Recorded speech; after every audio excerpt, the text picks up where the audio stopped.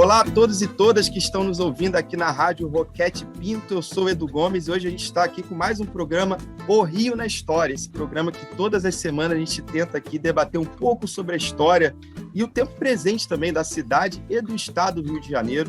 Enquanto uma rádio pública, se faz importante falar com você também da história pública do local, da sua identidade. Então a gente tenta aqui falar da cultura, do turismo, mas também de temas polêmicos, de temas duros que são importantes para a gente refletir e assim pensar a nossa cidade, o nosso estado, entender aqui também como na posição de pessoas que estão trabalhando com a comunicação dentro de uma rádio pública, a gente possa levar um pouco mais desse conhecimento para você, ouvinte, que quer saber um pouco mais da sua identidade com o local que você vive, com a cidade, com o estado do Rio de Janeiro. Então, não deixe de acompanhar aqui o nosso programa, não deixe de vivenciar um pouco disso que a gente está trazendo, porque é uma iniciativa realmente para você que vivencia o Rio de Janeiro cotidianamente, entender um pouco da nossa história, né? E hoje, a gente, seguindo aqui o nosso cronograma, nós vamos falar sobre a história de um município da região metropolitana do estado do Rio de Janeiro, que é o município de Itaboraí. Itaboraí, que está a aproximadamente 50 quilômetros da capital do Rio, tem uma história muito bela, mas também com várias questões a serem debatidas, né? Então, aqui, enquanto historiador que está fazendo a comunicação em uma rádio tão importante, na visão de trazer essa mensagem de uma ideia de história pública para você, ouvinte, a gente vai tentar linkar aí um pouco dessa relação histórica, também fazendo jornalismo, falando um pouco do tempo presente, pensando as questões da cidade, que, de alguma maneira, fazem com que seja importante a gente debater aqui essa questão de uma maneira mais ampla, né?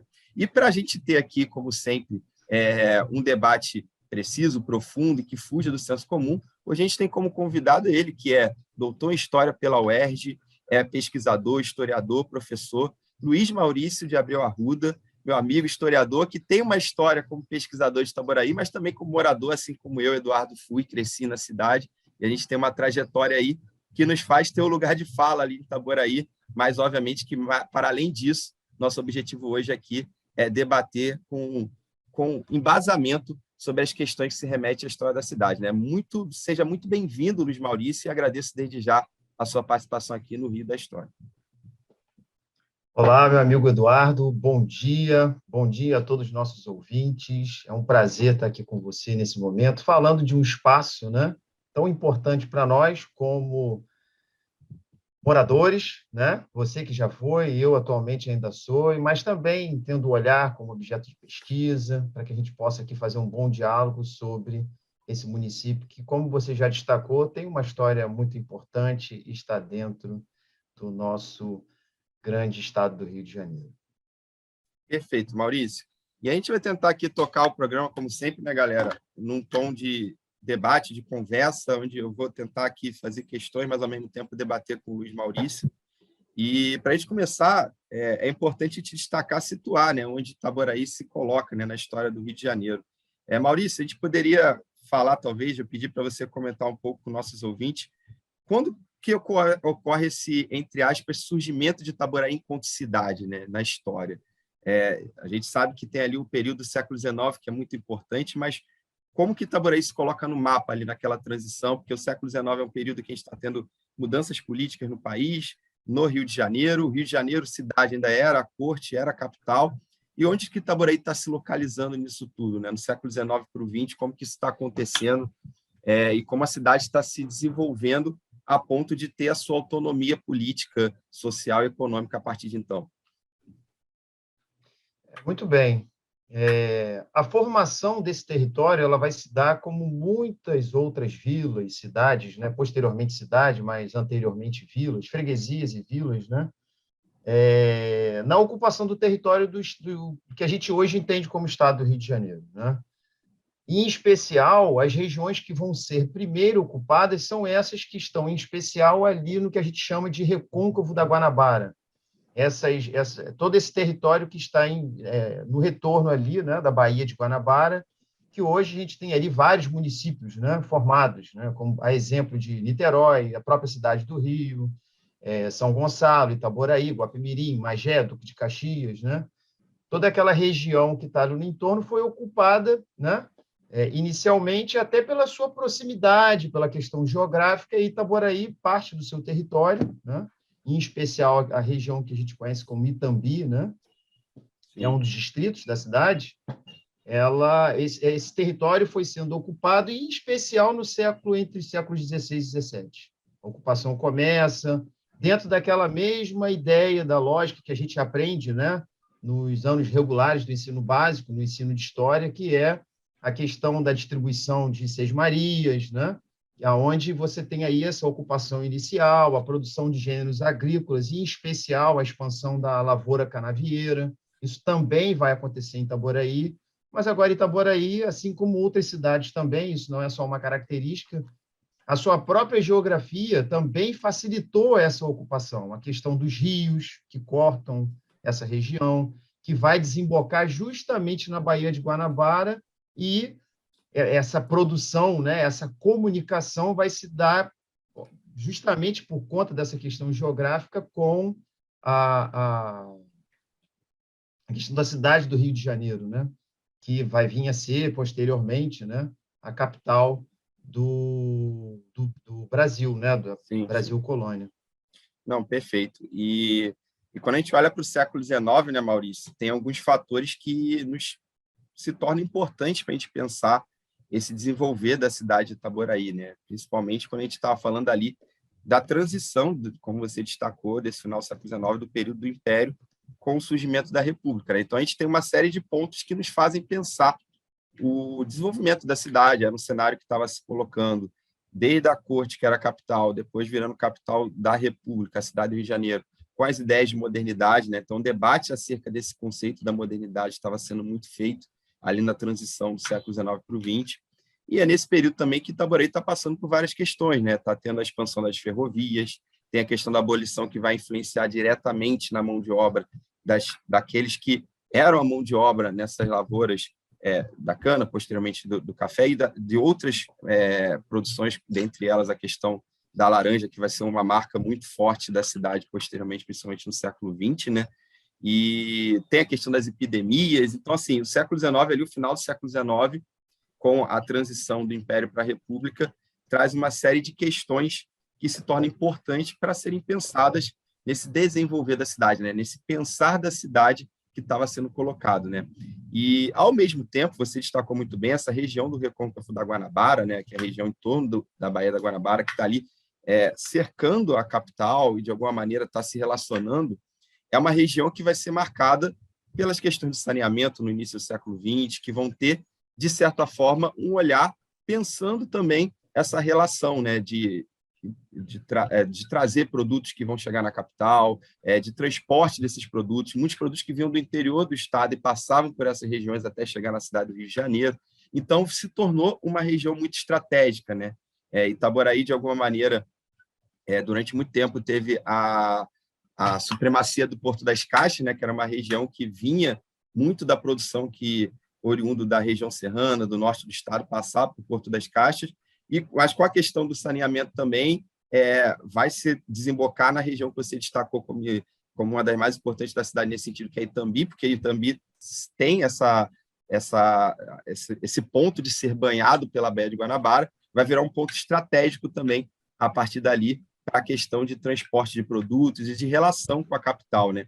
E aí, como que a gente pode debater, Maurício, essa transição de século, todos esses pontos de uma maneira sintetizada, para pensar o lugar de Itaboraí, né? No sentido de pensar esses produtos que podem ser transportados, como que Itaboraí estava se relacionando com isso, pensando também que isso vai ser um ponto que vai permear um debate, pelo menos até a Era Vargas, né? Até os anos 30 vai estar se falando desse saneamento, até pelo menos ali esse período pós-Primeira República, a gente vai estar debatendo isso ainda, que vão ser fatores que lá na frente vão influenciar essa organização geográfica da cidade. O nosso ponto final hoje aqui, quando a gente falar na parte final do programa, a gente vai tocar no ponto do Comperj, né, que é falar do tempo presente de Itaboraí, no caso presente mesmo, século XXI.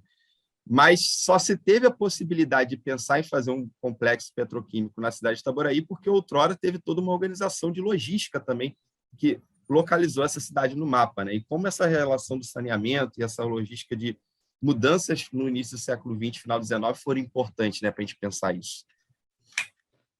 Você destacou uma série de pontos aí fundamentais, né, na história da cidade, né? Então, assim como outras também, né, a gente pode pensar dessa forma, né? a grosso modo falando, Itaboraí ela passa por altos e baixos, né? Momentos de esplendor, digamos assim, né? E momentos de decadência, por mais que você sabe que nós, historiadores, não gostamos muito de usar essa palavra, né? Essa ideia de decadência, porque muitas vezes ela é utilizada de uma forma equivocada, né? Sim. Mas por falta de uma outra palavra, né? Vamos utilizá-la que fica mais fácil, né? O entendimento daqueles que estão nos ouvindo. Então, ela passa, é uma espécie de uma montanha-russa mesmo, né? Você tem altos e baixos dentro dessa formação desse território, né? Então, esse território ele é ocupado e ele vai passando por uma transição política a partir dessa ocupação e a partir da importância que essa região vai ganhando na formação da própria história política do Brasil, né? E aí, em especial, nesse caso, do Rio de Janeiro, né? E aí a gente tem que pensar que o Rio de Janeiro, a corte, é o Brasil, em Sim. determinado momento da história do nosso país, né? Então, as decisões, né, tudo, a geração de economia, tudo rodava ali, né? Não é à toa que o Rio de Janeiro, a cidade do Rio de Janeiro, ela vai ser essa ideia do espelho da nação, né? Essa ideia de modernidade, tudo isso está muito associado à nossa cidade. Então, o que acontece?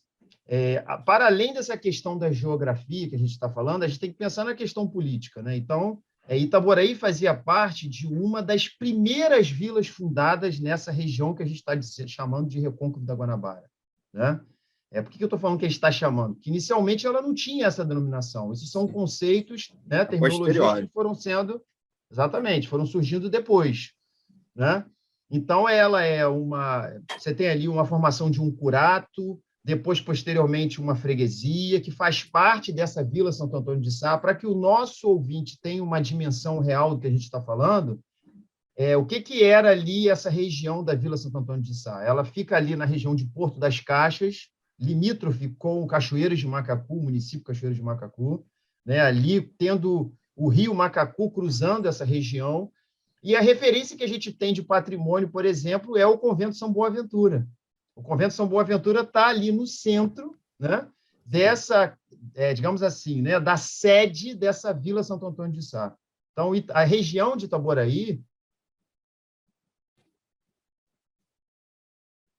Santo Antônio de Sá. E depois, com o avanço, a importância econômica de Itaboraí aumentando frente a essas outras freguesias que tem em volta, e aí muitas outras questões, como você mesmo citou, a questão da epidemia, né? As epidemias que aconteceram no início, na primeira metade do século XIX, né? Em especial de malária, né? As febres palustres, né? Que são chamadas, febres de macacu. Algumas regiões foram entrando em profunda decadência e outras, ao contrário, foram se desenvolvendo, né? Que é o caso da questão da região de Itaboraí. Então, essa zona portuária que foi muito importante para a história de Itaboraí, a história do Rio de Janeiro, como você citou, que é Porto das Caixas, você tinha ali uma circulação muito grande econômica. Sim. Né? Então, obviamente, isso foi um ponto alto que fez com que essa própria região, né, da Vila de São João de Itaboraí, da freguesia de São João de Itaboraí, viesse a ganhar sua autonomia. Né? E aí essa autonomia ela vai acontecer o quê? Também no século XIX. Então, o século XIX, pensando nessa ideia de tempo, que é tão importante para nós historiadores, né? Você tem uma aceleração do tempo muito grande e uma mudança muito rápida, né, de acontecimentos ocorrendo no século XIX. Quando você olha, por exemplo, o século XVIII, o século XVII, né, a ocupação do território, XVI, o início, né? Então, ali, Itaboraí né, tá acontecendo ali uma série de coisas, né? E essa elevação de vila é um status que faz com que Itaboraí se transforme numa cidade que tem autonomia política, que você tem ali um poder legislativo local, poder judiciário, uma série de coisas que vão acontecendo, que vai colocando a cidade ainda mais num patamar de importância dentro dessa história do Estado do Rio de Janeiro. Isso aí pensando essa ideia de independência. Caminhando aí para continuando o século XIX, aí, como você falou, aí tem fatores que vão tirando Itaboraí dessa primeira prateleira, digamos assim, né, que em algum momento esteve, e colocando ela numa importância, né, escanteada na questão política, na própria questão econômica, e aí depois outros acontecimentos que vão desembocar, que aí a gente já está caminhando aí para a transição, como você citou, né, na questão política também, né, a transição do período imperial para o período republicano, que vai acontecer no final do século XIX. Então, são status diferentes, né? Perfeito. E quando a gente fala já caminhando para o século XX, né, Maurício? Tem vários mitos e também narrativas que foram feitas sobre a história da cidade, mas que vão ser importantes para a gente pensar, né? Porque essa questão do saneamento da Baixada, que vai influenciar também na cidade de Itaboraí, e posteriormente a narrativa de Itaboraí enquanto uma cidade de produção de determinadas culturas que vão se consolidar posteriormente como sendo culturas quase que sinônimas quando a gente fala de Itaboraí, né? Tem a questão das cerâmicas, a questão da citricultura, que é algo marcante na narrativa e na identidade da cidade até hoje. Não é algo que nessa região do leste fluminense não é algo sinônimo apenas de Itaboraí, mas Itaboraí tem uma centralidade muito forte nisso, né? A produção das laranjas. Sim. E a gente tem no decorrer do século XX, a gente talvez consegue sintetizar isso num bolo só, quando a gente vai avançando para as décadas iniciais da segunda metade do século XX, o desenvolvimento também das rodovias, o desenvolvimento de loteamentos que vão sendo colocados como forma de aproximar a já capital do estado e posteriormente estado da Guanabara, que é a cidade do Rio, com o chamado antigo estado do Rio de Janeiro. Então, a gente vai começar a ter ali a aproximação de loteamentos que vão ser feitos em São Gonçalo, talvez o mais emblemático seja o Jardim Catarina, ali próximo da BR, que no decorrer da ditadura civil-militar vai ser efetivada, só que tem as rodovias também que são feitas para além da BR-101, que de alguma maneira vão ser importantes para fazer essa ligação, tanto de transporte do que era produzido em Itaboraí, como também de proximidade política, econômica, social com a capital, né? E aí, a gente pensar, assim, vindo do século XIX, esse ganhar de independência e autonomia da cidade, esse passar pela transição ali no início do século XX, até chegar nessa produção que vai começar a acontecer mais no decorrer do século XX, né? A gente pode dizer que a produção das laranjas, ela, apesar de ter o seu áudio, me corrija se eu estiver equivocado, nos anos 40, 60, ela perdura dos anos 20 aos 80, pelo menos, em grande escala, isso para não dizer até hoje, proporcionalmente, talvez numa escala bem menor pelo momento atual, né? Não só da cidade como do estado, mas teve uma centralidade muito forte. Isso ficou também muito no imaginário identitário das pessoas, né? Então, será que a gente pode fazer essa ligação, né, dessa questão da cultura do que era produzido na cidade com o desenvolvimento urbano, o desenvolvimento das rodovias e os loteamentos, para também falar do crescimento demográfico da cidade, até chegar no que a gente vai pensar no que é Itaboraí hoje, né, no século XXI? Com certeza. Perfeita aí a sua colocação e esses temas estão efetivamente interligados, né? Eles estão acontecendo ali pensando, né, a questão cronológica em momentos muito próximos, se não às vezes ao mesmo tempo, dependendo ali de que década a gente esteja falando. Esse ponto que você destacou da questão do Rio de Janeiro, eu acho que é importante para os nossos ouvintes, né? Para a gente entender o que a gente está falando de Rio de Janeiro nesse período, né? Então, até 1975, você tem o estado do Rio de Janeiro com uma capital, que você denominou de antigo Rio de Janeiro, né? Antigo estado do Rio de Janeiro. Isso. Niterói era a capital, e a cidade do Rio, que a gente conhece hoje, ela era um município neutro, né? Então, ela tinha esse status de neutralidade por ser a capital, durante muito tempo foi a capital no período colonial, período imperial, até o momento que, né, você tem a transição do período republicano, o Rio de Janeiro continua sendo capital até a década de 60, onde esse poder, né, instituído ali, presente na cidade do Rio de Janeiro, ele migra, né, para a região central, que a gente hoje, né, que a gente sabe que é a cidade de Brasília, né? Exatamente. Agora, é lógico, as relações econômicas e culturais eram muito próximas, né? Até porque está falando de um município ali que está, né, muito colado, né? Faz parte ali, tendo a Baía de Guanabara separando, né? Quando a gente pensa Rio de Janeiro e Niterói, por exemplo, ou os outros municípios que estão no entorno, como, por exemplo, o próprio Itaboraí, né? Você tem ali a Baía de Guanabara sendo o limite, né, de afastamento na questão da geografia.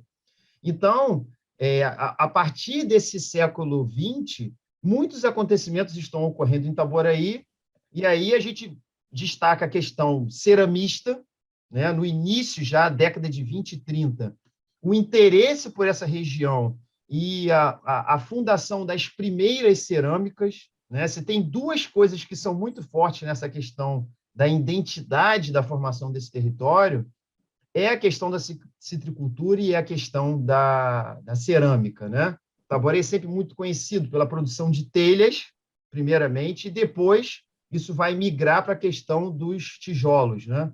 Porque a gente tem que lembrar o seguinte, a ideia de construção que a gente conhece hoje com laje, né, pré-moldada, isso é posterior, né? Então, até determinado momento, era a produção na cerâmica, né, ou de industrial, se dava principalmente na produção de telha. Depois, isso migra para o tijolo, né? Então, Itaboraí vai ser uma cidade dentro do antigo estado do Rio de Janeiro de grande produção, assim como Campos e outras. Hoje, cada vez mais vai perdendo, né?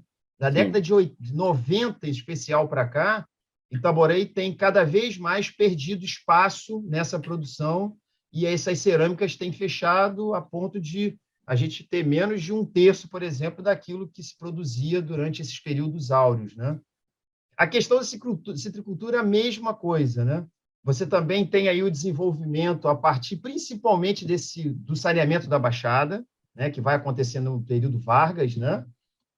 O antigo DENOS, né?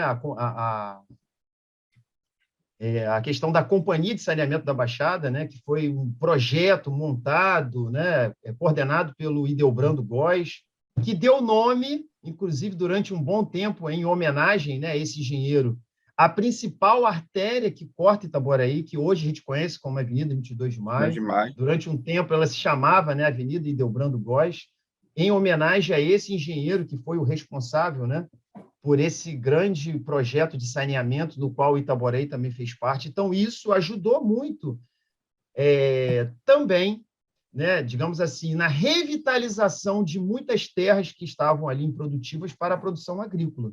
Então, a questão do abacaxi, mas, em especial, a questão da citricultura, ela foi ganhando, digamos assim, uma expressão muito grande. Hoje, muito pouco se produz de laranja, quando a gente pensa nesses períodos, como você bem destacou, década de 60, ainda 70, né?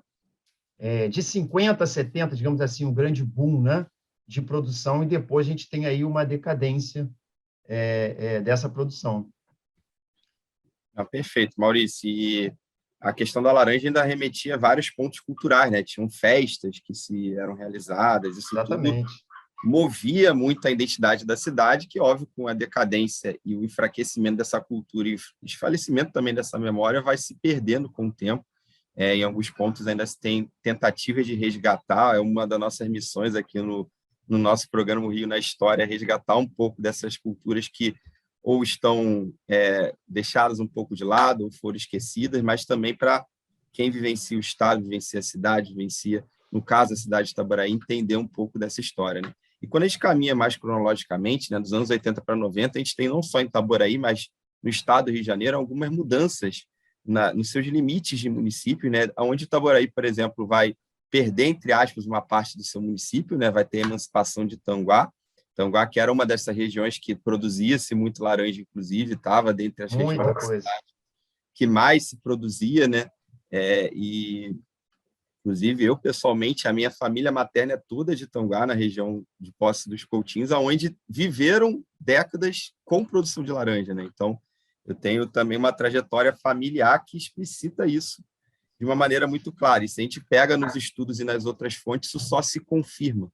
E, com isso, a gente consegue perceber que foi tendo algumas mudanças no seio da cidade, até que a gente chega no século XXI e tem um fator que se torna muito importante para a gente pensar o que é Itaboraí hoje, né? Para o bem e para o mal, porque é aquele mito que teve-se muito esplendor com o surgimento, mas que hoje se gera muito mais dúvidas do que certeza. O que a gente está falando é do Compes, né? O Complexo Petroquímico do Estado do Rio de Janeiro, que ainda no governo Lula foi feito projeto para ser inaugurado na cidade de Itaboraí.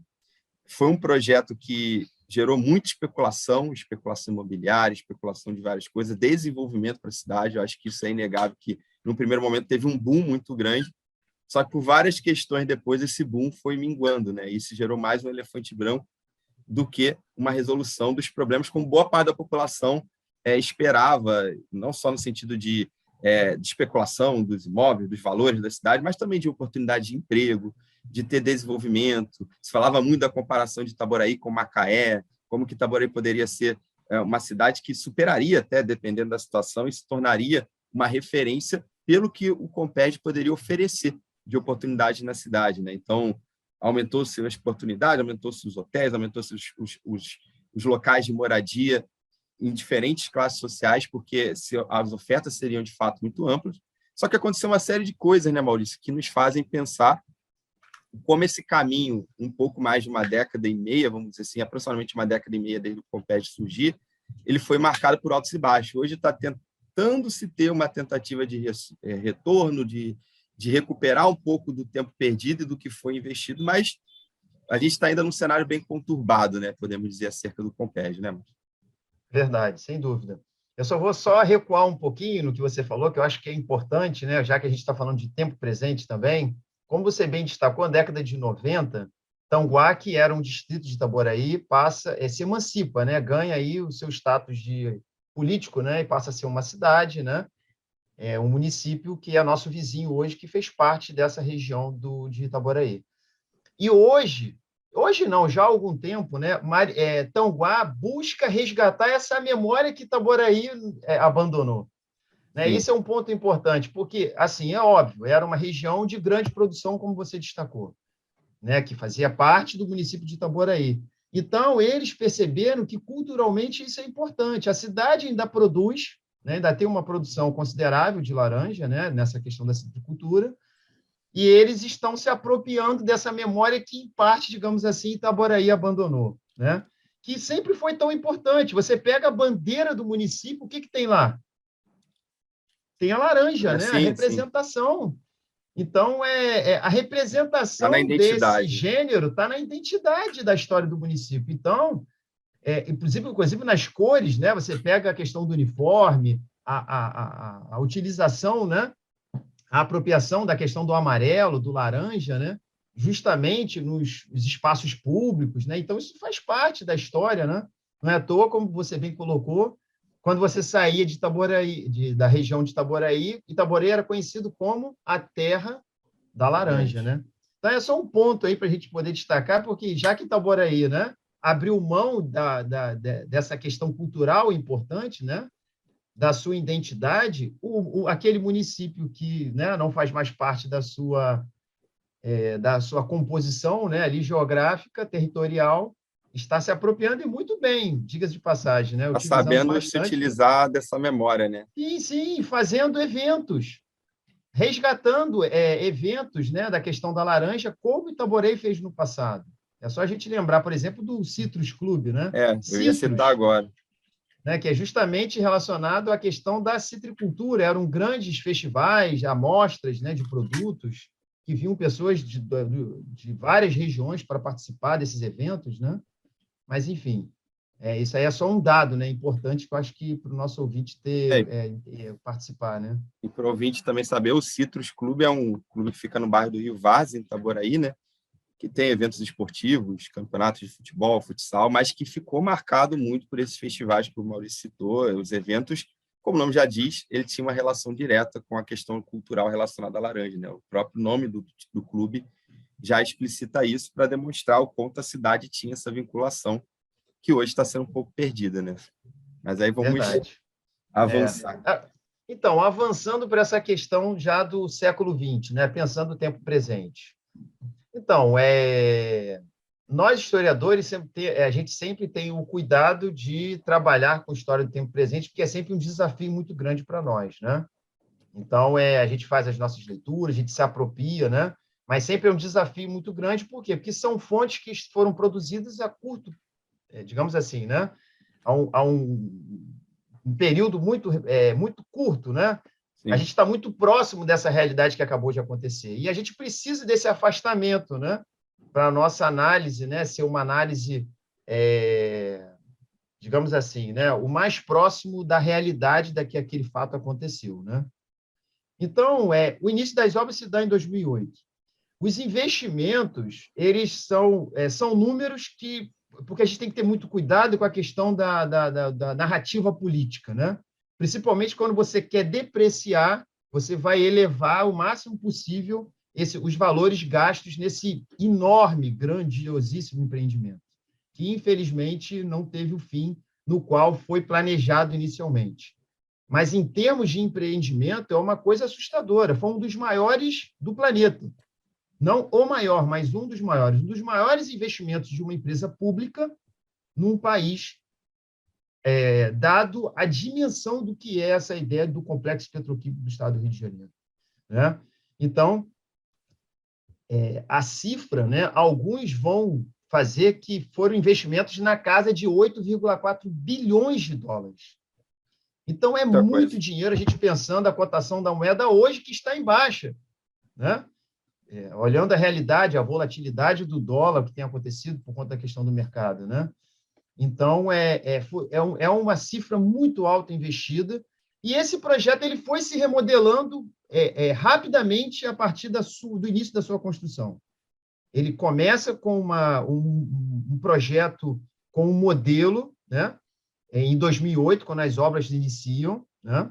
Itaboraí, ela foi escolhida mediante, digamos assim, né? Numa verdadeira competição com outras cidades. Então, outras cidades em estados diferentes, inclusive, foram sendo colocados, né, para que pudesse receber esse investimento de tal magnitude.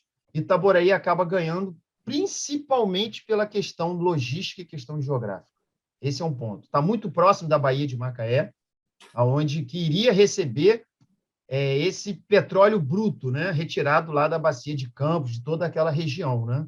Então, e outra coisa, muito próximo da Baía de Guanabara.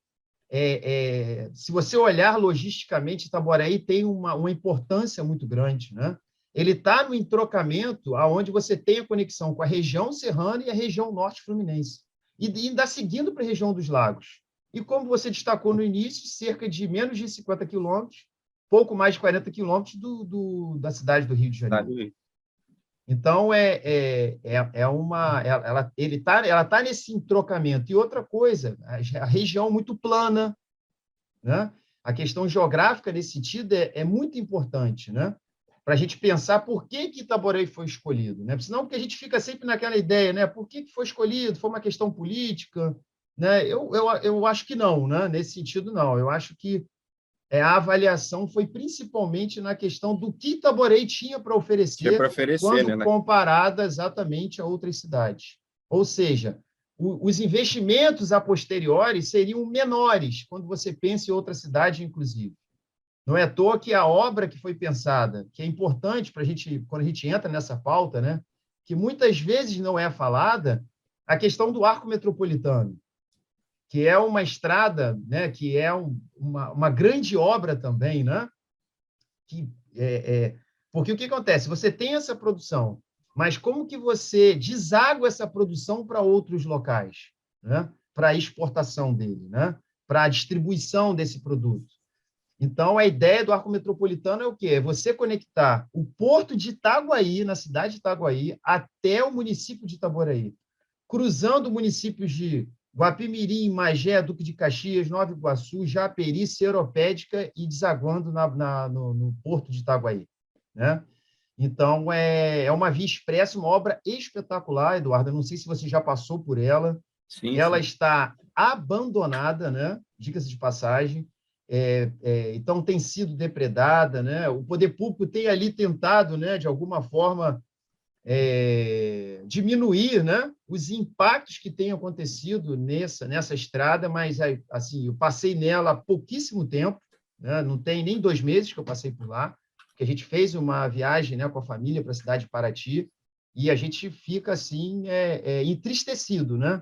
Principalmente quando a gente olha o que está sendo feito com toda aquela infraestrutura de iluminação solar, né, que está sendo Planejamento depredada. pensado.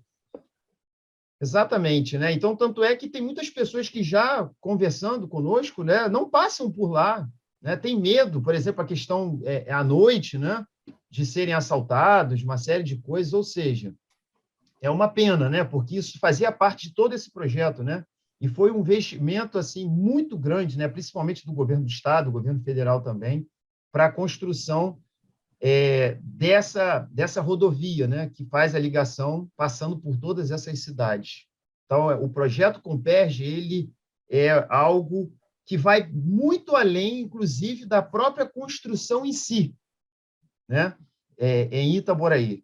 Então, só para a gente poder ter um número, né, o que o Comperj iria produzir dentro do seu projeto inicial, né? Por quê? Porque a grande questão é a petroquímica. Esse era, digamos assim, né? Para o nosso ouvinte entender de uma forma, assim, fazendo uma analogia mais simples, né? Imagine assim, um complexo petroquímico no seu projeto inicial era uma casa que seria construída com 10 cômodos. Depois, esse projeto, na sua própria elaboração, na sua própria construção, após a terraplanagem, né, e o início dali dos espaços, né, que compõem esse complexo, esse projeto foi sendo remodelado. Então, chegou uma hora que, daquele projeto inicial, que seria essa casa de 10 cômodos, a gente só teria uma casa com 3 cômodos. Então, foi uma redução que foi acontecendo. Por quê? Porque esse projeto foi sendo remodelado. E aí, é lógico, a gente não tem como entrar, né, por conta do nosso tempo, né, Eduardo? A gente teria que fazer outro programa. Vamos fazer uma parte 2. A parte 2, só sobre o Comperj, né? Para a gente poder entender os acontecimentos que foram ocorrendo ao longo desse período, que fez com que, né, esse projeto, como você destacou na sua fala, ele acabasse virando um elefante branco. Que a gente tem que pensar o seguinte: uma coisa é a realidade, né? Uma coisa é a realidade, uma coisa é a expectativa, a outra é a realidade. Então, a grosso modo, pensando para quem mora na cidade, como eu, por exemplo, e você, né, já morou durante muito tempo, mas tem parentes que moram aqui em Itaboraí, o que acontece? A expectativa, né, era muito grande. Então, a gente foi vendo em tempo real e numa velocidade muito grande um desenvolvimento e uma construção, né, de obras privadas, que eu estou dizendo, por conta do grande volume de pessoas e por conta de toda aquela narrativa que foi criada. Isso é importante também, né? Porque o que acontece? Existe a apropriação daquilo, politicamente falando, do que seria feito em torno da questão do Comperj. Então, a gente imaginar que uma população que tem, né, praticamente 200 mil habitantes, você dizer, a gente escutar, né, a todo momento, que ela receberia o dobro disso em termos de pessoas se deslocando para esse local, por conta de empregos diretos e indiretos que o Comperj iria possibilitar, exatamente, prover. O que acontece? Isso fez com que muitos investimentos, inclusive no campo privado, fossem feitos na cidade. E hoje, o resultado disso, quando você passa pela principal artéria, que é a Avenida 22 de Maio, você vê o impacto disso. Muitos prédios, né, com pouquíssimas ocupações dos seus espaços, quando não abandonado pela metade, só aquele esqueleto de pé, como a gente vê na própria avenida, né? Você é testemunha disso quando passa por aqui e os nossos ouvintes também. Então, foi vendido uma coisa, né, em torno dessa questão, independente do que foi acontecendo depois. Eu acho que esse é um ponto importante, que a gente não pode esquecer. É lógico que teve todos os problemas e muito daquilo que foi anunciado não foi feito. Mas também há um exagero nessa narrativa inicial, um Eldorado que foi anunciado no começo, que também potencializou, possivelmente, a partir da nossa análise, né, algo, digamos assim, exponencialmente além daquilo que ele efetivamente iria ser feito. E aí, o que acontece? Surgiram vários problemas, né? E aí, em 2019, veio uma notícia, digamos assim, né, que foi Itaboraí já estava numa situação de terra arrasada, praticamente, né? Em 2014, a Operação Lava Jato, o Comperj, né, as obras do Comperj, ela vai ser um dos, digamos assim, né, um dos empreendimentos que vão estar no olho do furacão da Operação Lava Jato. Então, a Petrobras reduz drasticamente os investimentos em torno desse espaço, né? Então, o que acontece? Itaboraí vira, né? Se transforma, né? Em pouquíssimo tempo, né? Ou seja, é aquele balão que subiu muito rapidamente e, de repente, alguém foi lá e furou esse balão e ele caiu também de uma forma muito rápida, né? Então, em 2019, né, o ano que eu citei, porque eu acho que é importante, é um ano emblemático para a cidade de Itaboraí. Por quê? Porque em 2019 a Petrobras anuncia oficialmente, né, que ela havia desistido de concluir as obras do complexo petroquímico. Então, nem aquele, digamos assim, nem aquela casa de 3 cômodos, ela seria edificada. Então, tenta imaginar, né? O investimento absurdo que foi feito naquela região, bilhões de dólares investidos na cidade, né? E, de repente, aquilo tudo ali começou, inclusive, né, com a ação do tempo, se perder, né? Porque, a partir do momento que você não tem uso, você não tem produção econômica em torno daquilo, o que acontece? A própria manutenção daquilo ali vira um problema. Se torna um Né? problema para manter algo de tão tamanha grandeza, né? E sem a perspectiva de um retorno futuro, ainda mais com essa notícia que você citou agora, né? Que a não conclusão, porque mesmo depois dos problemas que tivemos na Petrobras, interrupção de coisa do Compete, ficava aquela narrativa de que um dia vai voltar, né? Um dia pode acontecer. Em algum momento a gente pode ter novamente, e A todo momento. muitas pessoas esperando para, inclusive, pensar seus negócios, seus caminhares de vida, seus passos a serem dados nessa expectativa. Então, agora, talvez, a gente até, pensando aqui no bloco final do nosso programa, a gente talvez possa organizar as ideias mais com o pé no chão, né? Porque se não foi também, se teve uma narrativa quase que mitológica criada desse Eldorado, quando tudo surgiu lá de 2007 para 2008, exacerbando, inclusive, o plano original, ao mesmo tempo, mesmo que o plano original não se colocasse como era aquele sonho, ou não se colocasse 100% como foi pensado, também não se chegou nem no mínimo esperado, né? Mas o que com os pés no chão a gente pode pensar a nível de 2022, né? Será que a população que tanto sonhava por esse retorno ainda pode sonhar com alguma coisa para vir do Compés, ou é melhor seguir a vida sem ter essa expectativa, né? Não, eu acho que a gente tem sempre que pensar de uma forma positiva, mas como você bem colocou, com os pés no chão, né? Então, não se iludir com o discurso político e com determinados tipos de narrativas que são criadas em torno de empreendimentos, né? A gente tem sempre que ter esse cuidado. Então, o que acontece? Em 2019, a gente estava num cenário muito difícil no estado do Rio de Janeiro, né? Inclusive, a própria questão do petróleo, que é a principal commodity do estado, né? Sim.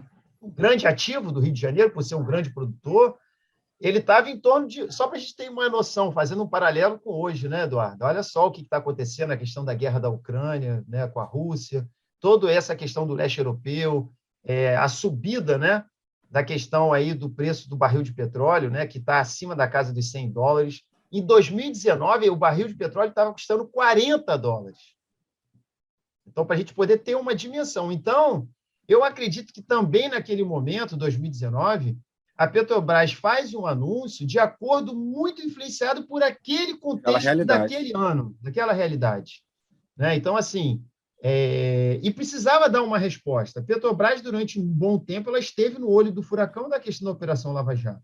A opinião pública em cima, né? Então, aquela ideia de que era a maior empresa, uma das maiores empresas públicas do mundo, né? Tinha sido completamente vilipendiada, né? Roubada nas suas questões, uma série de coisas que envolvem a narrativa política, a questão econômica, né? Que, como eu disse, né, a gente teria que fazer outro programa para poder falar sobre isso, né? Sem dúvida, então, já vamos deixar na agenda. Então, esse anúncio acontece naquele momento, muito influenciado por isso. E, ao longo do tempo, esse cenário foi se modificando, porque a própria questão do mercado internacional foi mudando, a própria questão política foi se modificando, a própria ideia de discurso de verdade, inclusive, em torno daquilo que envolveu a questão jurídica relacionada à Petrobras e o que foi feito dela, também houve mudanças. Nós não estamos aqui dizendo que não houve desvios, ou seja lá o que for. Isso aí é muito claro que aconteceu. Agora, a gente também tem que entender o uso político das coisas, como historiadores, né? A gente tem sempre que ter esse cuidado. Então, o que acontece? Muitas coisas foram se modificando, e no cenário econômico também, né? Tanto é que o Estado do Rio de Janeiro, muito dependente da questão dessa commodity, ele passa por um momento de... Ele vai respirando de uma forma mais tranquila, né? Tem toda aquela questão onde o Rio ele consegue, né, fazer um acerto das suas contas públicas, então começa a se voltar a ter investimentos na própria cidade, investimentos do governo federal, do governo do estado. Então, a própria cidade também foi se organizando no campo político local, que também passou por muitos problemas, né, que, inclusive, prejudicaram e muito já essa questão da própria cidade em torno da não realização do Comperj, né, porque muitos desses políticos locais vão se utilizar dessa narrativa, né? Até hoje. Ou seja, exatamente, perfeito. O Comperj ele serve como digamos assim, como um impulsionamento de determinadas questões, mas em determinado momento ele também vai, né, servir como uma desculpa para a sua péssima gestão, como aconteceu, a gente já viu aqui nos últimos governos, né? E isso não é uma questão específica de um único governo, não, né? Você sabe disso, né? São vários que vão se utilizar de alguma forma digamos assim, né, do insucesso do Comperj como para poder, de alguma forma, desculpar a sua má gestão pública, né, em torno do recurso que a própria cidade gera, né? Então, hoje a gente tem visto a cidade se reequilibrando, mas ainda tem muitas dificuldades, muitos problemas estruturais em Itaboraí, né? Mas o que acontece? Esse ano nós tivemos uma notícia importante, né, que eu acho que é para a gente ir fechando aí o nosso diálogo, né? No dia 31 de janeiro, recentemente, né, Itaboraí iniciou os testes operacionais. Por que acontece? A casa que era de 10 cômodos mudou para 6, mudou para 3 e agora mudou praticamente para 1. Mas esse 1 cômodo foi construído, está de pé, né? Ele vai ser habitado, digamos assim, né? Fazer uma analogia com aquele grande empreendimento inicial, né? Porque era algo realmente monstruoso comparado ao que se pensava e a o que questão é da também. petroquímica.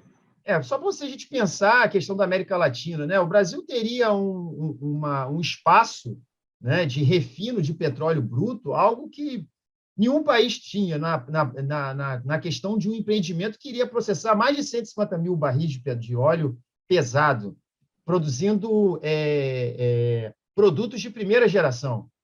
Eu estou falando de eteno, propeno, benzeno, paraxileno, né? Então, são produtos que a questão de produção de plásticos, né, que é tão importante, de tintas, solventes, uma série de coisas. Então, digamos assim, é um empreendimento que seria muito importante para o Brasil, não só para o Rio de Janeiro. Então, a gente fala isso realmente com pena, porque efetivamente seria a cidade mudaria completamente de patamar, né? Então, o que acontece? Em 31 de janeiro, né, recentemente, foi inaugurado o Polo Gás Lube Itaboraí.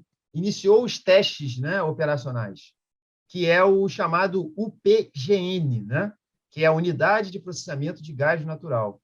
Então, foi feito um evento, né? Você teve aí o presidente da República, você teve o governador do estado, o ministro de Minas e Energia, né, participando desse evento, né? Então, já é um evento que entra para a história da cidade, né?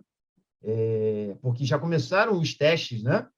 Onde o gás natural vem da região do pré-sal, né? Da bacia de Campos, principalmente, para o processamento nesse espaço, né? Nessa UPGN, o que acontece? O gás que é retirado, né, desse espaço é um gás rico, né? Ele precisa ser beneficiado. Então, esse beneficiamento ele vai acontecer, né, justamente nesse polo de gás que está lá nessa região do Comperj, né? Que vem direto da Bacia de Santos, né? A estimativa, né, é que, digamos assim, né, que esse polo Gás-Lub ele escoe, né, e processe em torno de 21 milhões de metros cúbicos de gás natural por dia, né? Aí, o que acontece, né? A gente estava falando de narrativa e discurso. Então, foi um evento importante, com presença dessas autoridades que eu citei, mas aí já começa a circular na cidade aquela narrativa que a gente fica preocupado, né? Por quê? Porque a narrativa política ela sempre, né, eleva muito, exponencialmente, né, Aumenta os as fatos. questões, exatamente, né, o que a gente chama da notícia real e da notícia oficial, né? Tem o Brasil real e o Brasil oficial, né, como diz Suassuna, né, mas aqui a notícia real é a notícia oficial. Então, o que acontece? Já começou o retorno de alguns discursos na cidade que o Polo Gás-Lub vai gerar milhares de empregos, diretos e indiretos, né?